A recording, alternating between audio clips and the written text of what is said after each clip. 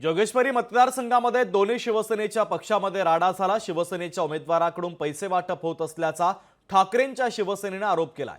पैसे वाटप रोखण्यासाठी गेलेल्या कार्यकर्त्यांवर दगडफेक करण्यात आली। ठाकरेंच्या शिवसेनेचे उमेदवार बाळा यांना मारहाण करण्यात आलेली आहे। महत्त्वाची बातमी आपण पाहतोय।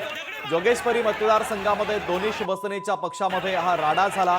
शिवसेनेच्या उमेदवारांकडून पैसे वाटप होत असल्याचा ठाकरेंच्या शिवसेनेचा आरोप आहे। पैसे वाटप रोखण्यासाठी गेलेल्या कार्यकर्त्यांवर दगडफेक करण्यात आली।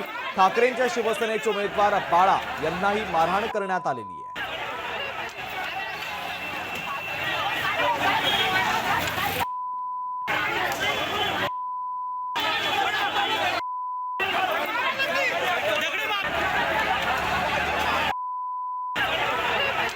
आजच्या नंतर जर आचारसंहितेमध्ये कोणतीही मीटिंग कोणताही जमाव हा करायचा नाही, हा कायदा आहे।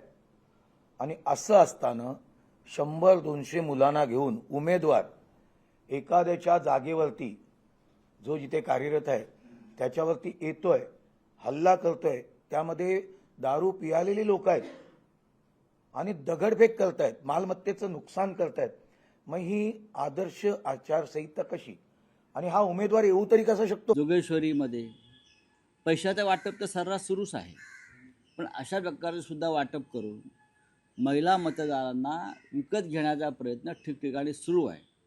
आणि मग शिवसैनिक किंवा आमच्या महिला शिवसैनिक जाऊन तिथे धाड घालतात, तेव्हा हा राडा होतो। निवडणूक आयोगाला जर काही करायचं असेल तर त्याने अशा ठिकाणी कारवाई केली पाहिजे, पण निवडणूक आयोग अशा प्रकारची कारवाई कधी करणार नाही। आता सरकार आणि सत्ता आणि पोलीस त्यांचे आहेत, पोलिसांनी लक्षात ठेवलं पाहिजे। एक महिला उमेदवार येते आणि या महिलांवर अशा पद्धतीने हल्ले करतात, आम्ही त्यांना सोडणार नाही। माननीय मुख्यमंत्री एकनाथ शिंदे साहेबांशी सुद्धा आपल्या बातम्यांचं बोलणं झालेलं आहे आणि जे कोणी आरोपी आहेत त्या आरोपींवर कायद्यानुसार आम्ही नक्कीच याच्यावर कारवाई करणार। खरं तर याला गालबोट लावायचं कुठेतरी, निवडणुकीमध्ये गोंधळ घालायचे, दंगल करून आणायचे म्हणून हे तमाशे चाललेले आणि व्यवस्थित प्रचार चाललेला। रात्री प्रचाराच्या वेळेला रात्री येऊन महिलांवर हल्ले करणे, महिलांना धक्काबुक्की केले, महिलांचे व्हिडिओ काढणे कशासाठी? त्याच्यामध्ये बरेच जण तर मला असं कळलं की हाफ मर्डर केलेले आणि गुंड आणि गुन्हेगारी प्रवृत्तीची लोक सुद्धा होते। 250-300 लोक कशासाठी आले एवढ्या रात्री? याचं काय उत्तर आहे? कसल्या गोष्टी करताय? काय चाललंय तुमचं? नक्की काय दाखवायचं तुम्हाला महाराष्ट्रातल्या लोक जनतेला?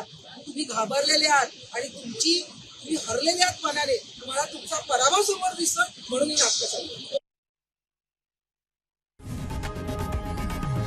लोकशाही मराठी ऐका, पहा, जागरूक रहा।